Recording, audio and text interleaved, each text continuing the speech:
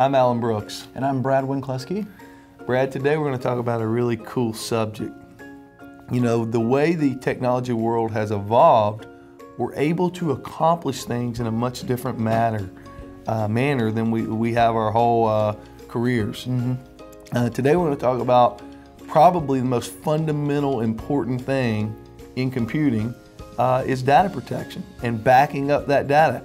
Everything we do, clustering, it's about the data. And you know, we're going to talk about specifically managed backup and the ways that we achieve that these days. So Brad, what is managed backup? Yeah, it's a fair question. It's I think the easiest way to define that term is to look at the words individually. And so you look at the term backup itself, and as you said, that really at the nuts and bolts level is the action or the activity of protecting data in some way, regardless of what that data is. And then managed backup then would be taking that process, taking that activity, and basically giving it to a service provider to accomplish on your behalf. Why would I do that? Why would I hire a service provider? For my whole life, I've had a lady go in and you know, she's inserted this tape and we've took it home. And why would we do that, Brad? Yeah, I mean, there are a myriad of reasons why you would. I mean, really, as you said, sometimes, yeah, the technology and the tools change, but also sometimes the business changes as well. And so asking Susie or Bob to take that tape home every day, quite honestly, isn't really acceptable anymore, you know, because there are technologies and tools out there that will allow us to not have to do that, right?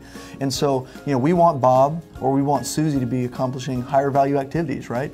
Hey, I don't need you to be babysitting this thing. I want you to create more value in another way, right? That's one thing, is basically just the way the business has shifted and needing people to kind of create more value.